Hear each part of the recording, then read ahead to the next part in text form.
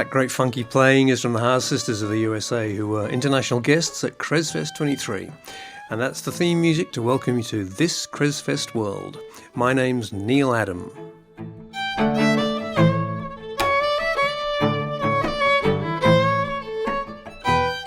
CresFest is a folk and roots festival in Creswick near Ballarat in country Victoria.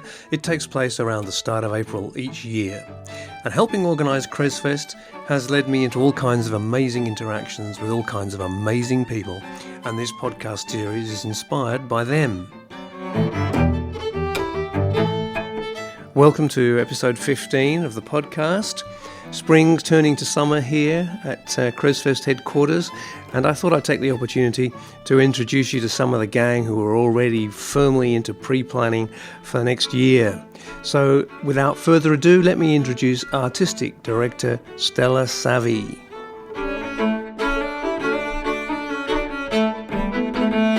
Hi there, Stella Savvy here from the CresFest team. CresFest aims to bring community music, marry that with professional music, and give everyone who comes along a fantastic weekend.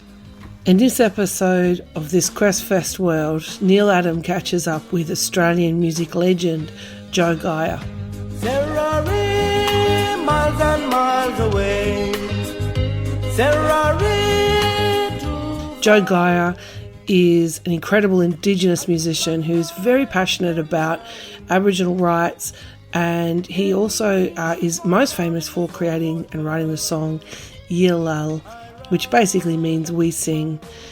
Joe's work with this song and his continuing contribution to the First Nations landscape in Australia is phenomenal, really. And here at CresFest, we're so excited to have Joe and his band come down to Victoria and not only perform but be a part of a conversation and the ABC. It's going to be absolutely fantastic.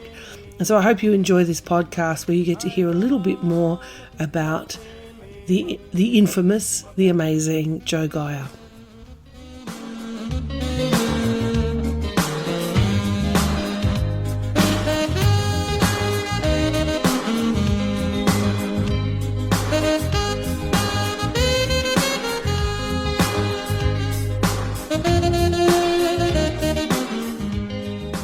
When it comes to playing a song and 5 instruments playing a song, you're not worried about what colour the person is, you know. You just want to know the name of the chord and where to change, and when the chorus comes up. Miles and miles away. Too far away. I pick him up, stone, I hit them in a wing. When I talk about Palm Island, I usually talk about Dad leading the strike on Palm Island, and that was that from rations to wages, which gives me the idea to call my show From Rations to Wages to Treaty.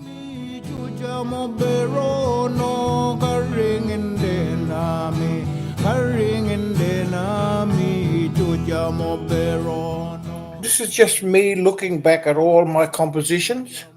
Yeah. And realizing that, you know, there's songs there that sing about that strike, which goes back to 57.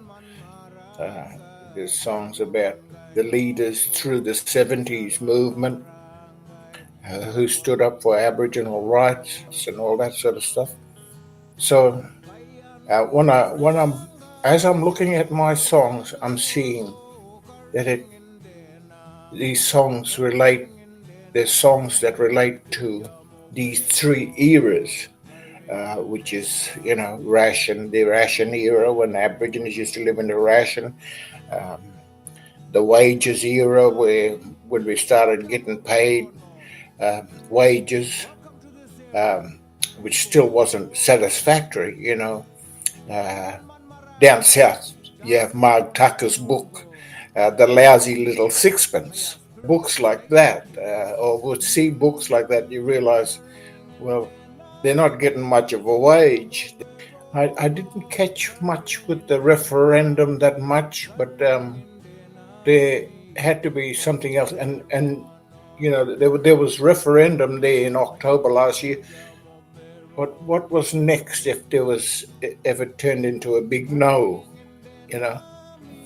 So I think the next move on the chessboard was treaty. So what you're saying there is that the no vote doesn't stop the move towards treaty. No, it doesn't really.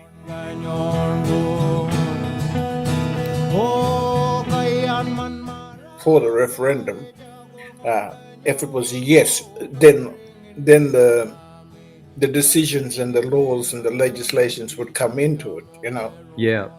So it's just a matter of yes or no first, and then all the laws and things will be made up along the way, with agreements between, colonial and the First Nations people. Yeah. And it wasn't a set of rules where Aborigines were saying things like, "Oh, you have to give back your backyard to us," but that was used as scaremonger sort of thing. Yeah, exactly. So, warning white Australian people who sort of saying got their own property and houses and saying, "Look out, these Aborigines will come and take your backyard," Kayan man marangay, jagor ngon ganyon go. Kayan man marangay, jagor ngon ganyon go. Karingan na nami, juja mo berono. I'll say it real blackfella way, buying a community a bus and that community can use it for the old people, that community can use that bus for the school, that the community can use for health service, but it's the bus you want. And the bus can do anything. Yeah. And that's what that referendum decision was like. Let's just get the bus first. Yeah. Then we can do many things with the bus. Yeah.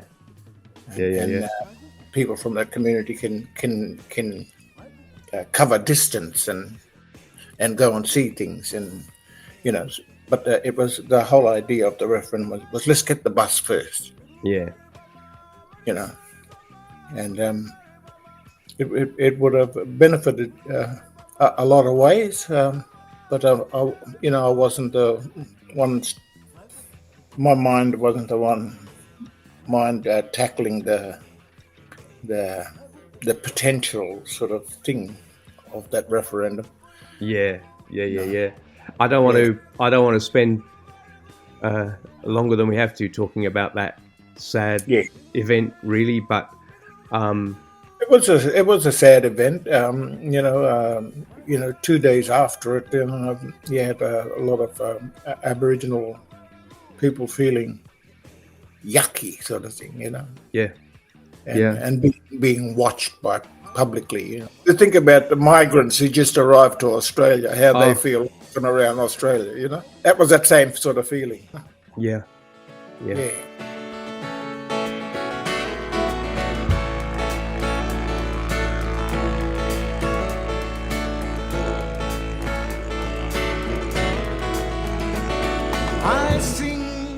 There's a link from the No Vote Back to the name of the Black Armband, and John Howard's utterance that the band took its name from, and I'd love to talk with you about the Black Armband and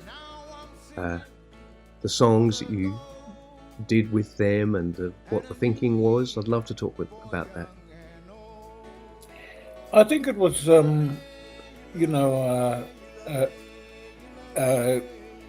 gathering of renowned artists around Australia,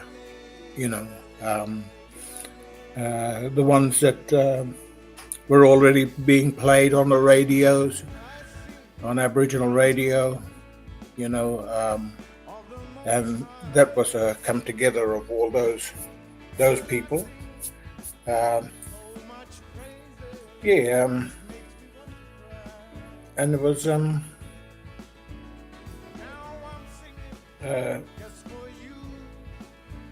exposure for them, for those artists. You know, sort of sitting in those first early meetings of Black Armband, I thought it was going to be like this Aboriginal sector of like how Countdown used to have artists every week come on, you know. Thought the television was going to be involved and have all these like Aboriginal acts come on like a countdown thing, you know, and they're presented every Wednesday night or, you know, every Sunday night or something.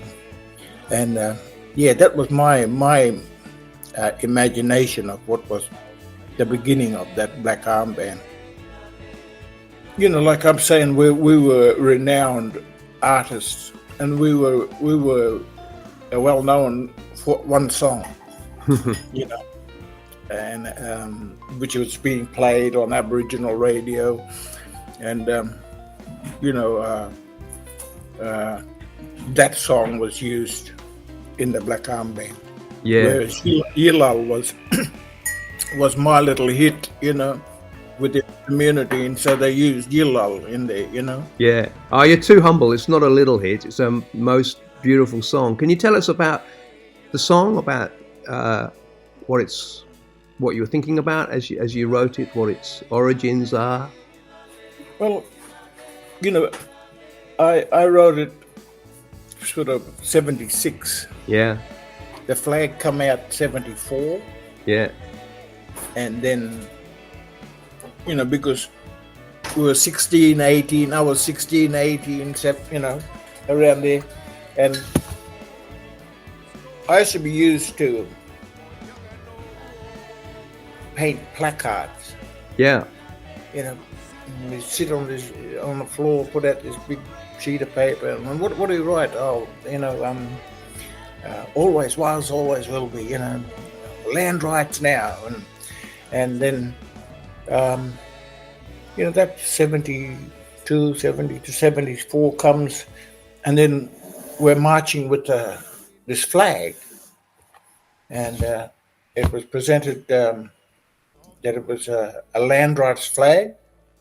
It was to all the leaders, to all the activists. This is the land rights flag. Let's use this to represent our land rights movement. So, you know, to me it's called a land rights flag. Yeah, right. You know, because it came out for that to represent us, and you know, I wrote the song in 76, so it took me 2 years to really think about it, and I ended up being explained about what the colours meant, and somebody said, you know, always black people, that's what the black for, because we've always been a black continent, and the blood was for the blood that was spilled over the 200 years, and the sun was a new era sort of thing. You know, every day we've woken up with the sun, and you know, we're still here. Yep. You know, and I thought, well, that's very poetic. And I thought, that, you know, there's a song there. Yeah. So, you know, like in that 70s, that time, I was sitting there, and my nephew was born, and we were sitting at their house celebrating his little fella's birth. And one of my uncles come along and to celebrate, and yeah, I just was sitting in the lounge strumming the guitar, and then I asked him, you know, what was a language word for sing, and he said Yil Lull. So I just, you know, one word chorus sort of thing. Yeah. I use that word, and I see it as a teaching of language as well. You sort of when you teach language, well, you teach them one word at a time, sort of thing. Yeah. So I thought, Yil Lull would be a good word for people to use, and bring it out public.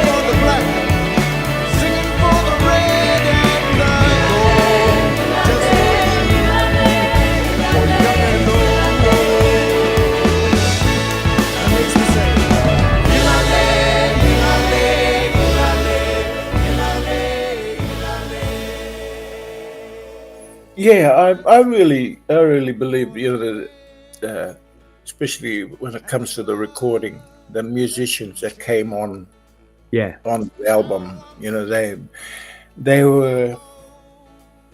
It was all in this time where they had that big march across Sydney Harbour Bridge, anti-bicentenary. Yeah.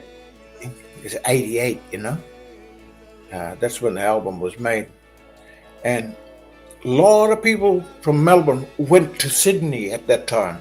Right. For the march, and there was a few sort of left behind. They didn't, and they were. The talk was, "Oh, gee, I wish I was up there. It would have been great to go." And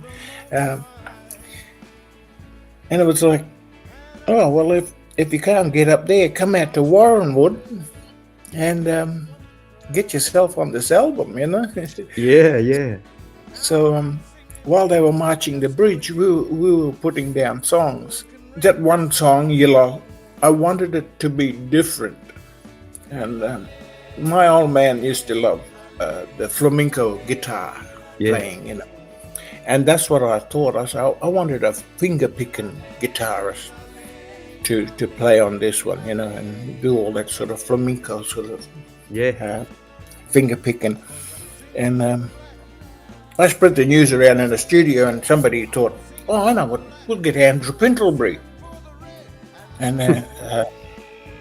he turns up and he says, he worked with Kate Sobrano and all them. And I thought, "Oh, gee,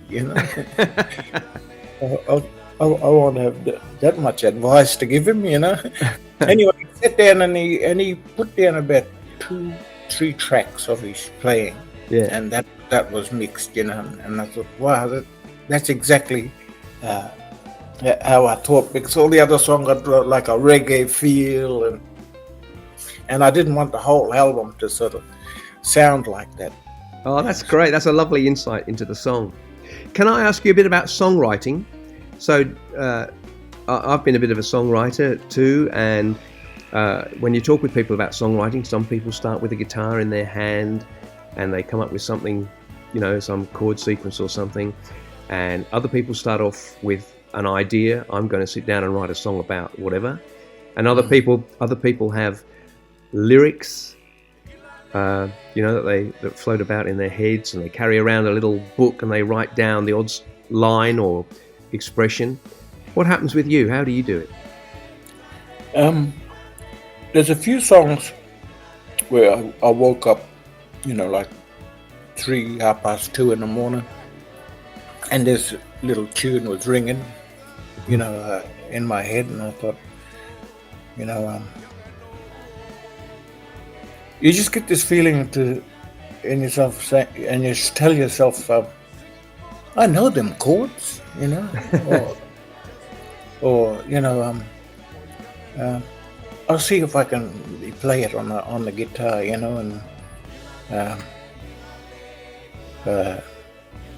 Yeah, and that's how songs sort of come to me. When you're asleep, you reckon? Yeah, well, one of them times I woke up with that melody ringing, in my head. Somebody might talk to me and we're having a joke or something, and somebody will say something just poetic, and it's a bit of a laugh, and then everybody will say, "Hey, that sounds like a song," So you're always on the lookout. Yeah, yes, listening and all that sort of stuff. We have survived the white man's way up, and the heart and the torment of it all. We have survived the white man's way up, and you can't change that. Another thing that made it really, No Fixed Address, exciting was we were going into venues that didn't used to allow Aboriginal people. There was another, when we toured with Cold Chisel, we ended up here at Tweed Heads, and it was the last show of the tour, and Cold Chisel turned up at this motel, and then 3 hours later, No Fixed Address turned up, and the management of the accommodation area, their faces just dropped, and they said, "Oh, we didn't know you was a Aboriginal band," and I think they were trying to make plans to cancel us or something but Jimmy Barnes he was upstairs, and he come downstairs and sort of talked to the management. He said, "If they don't stay, we don't play." And he said, "This is our last concert. We've had enough. We can either just leave it and go back home now, or you let us stay and we do the concert." Well done, Jimmy. Yeah, I've never met him or never bumped into him, but I always have that little story about Jimmy Barnes coming downstairs from his accommodation and telling the motel management that if they don't get booked in, we don't play. Yeah. Well, I'd like to think those days are past. Yes, I think so. I think so. It's the style of music that would get you in there, Yeah. in those areas, and that's the beauty about music too, if it's a soft area, soft environment, you're getting soft music, if it's a hard, rough area, you're getting really hard, rough music as well, Serrari, miles and miles away. Serrari, too far away. I pick him up and I hit them in a wing. And me fall down in the salt water.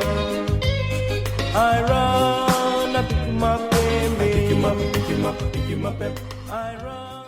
When it comes to playing a song, 5 instruments playing a song, you're not worried about what colour the person is, you just want to know the name of the chord and where to change, and when the chorus comes up, it's that kind of atmosphere, environment that this band have that sort of feeling, and we all cope with each other, and we liked it. We like a good show. Yeah. I like to show off a bit, Yeah, well, there'll be plenty of opportunity for that at CresFest. I had to tell them stories about, just think about, being on the beach and, coconut trees and waves hitting the shore, and gave them that tropical sort of outlook of the songs, you know.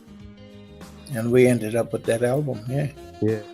In the PhD, they've given me permission to actually press another vinyl. So, and the one that I really sort of picked from there was North, South, East, and West, which is like I'm calling it a climate change song now, you know.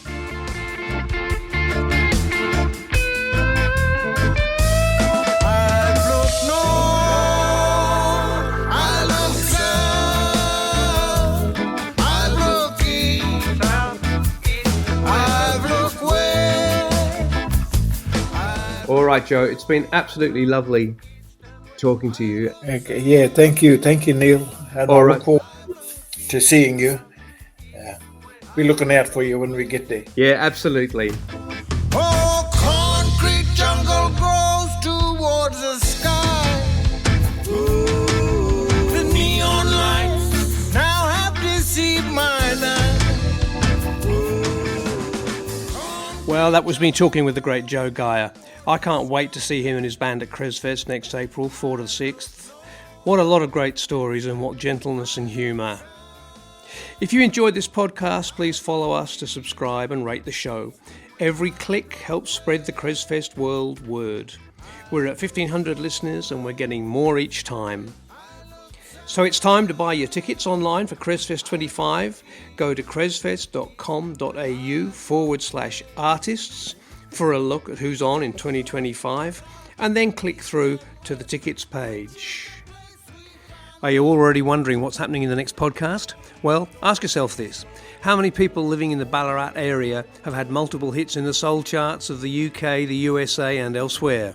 I think the answer is only one, and his name is Jeffrey Williams. He'll be one of the headliners at CresFest 2025. Jeffrey and I had a great chat this week. Episode 16 will be an exciting listen. We'll go out with a bit more of Joe GEIA and the Black Arm Band, recorded live in London in 2008. You can find this clip on YouTube. It's well worth watching. It's just a fantastic thing to see. As John Ebden, an old BBC man of my youth, used to say at the end of his show, if you have been, thanks for listening. See you next time. This is Neil Adam. Bye-bye.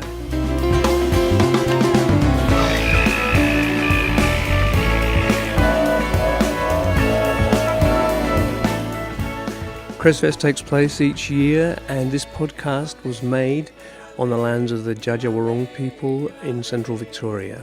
Sovereignty was never ceded. Yil Lull, Yil Lull, Yil Lull, Yil Lull.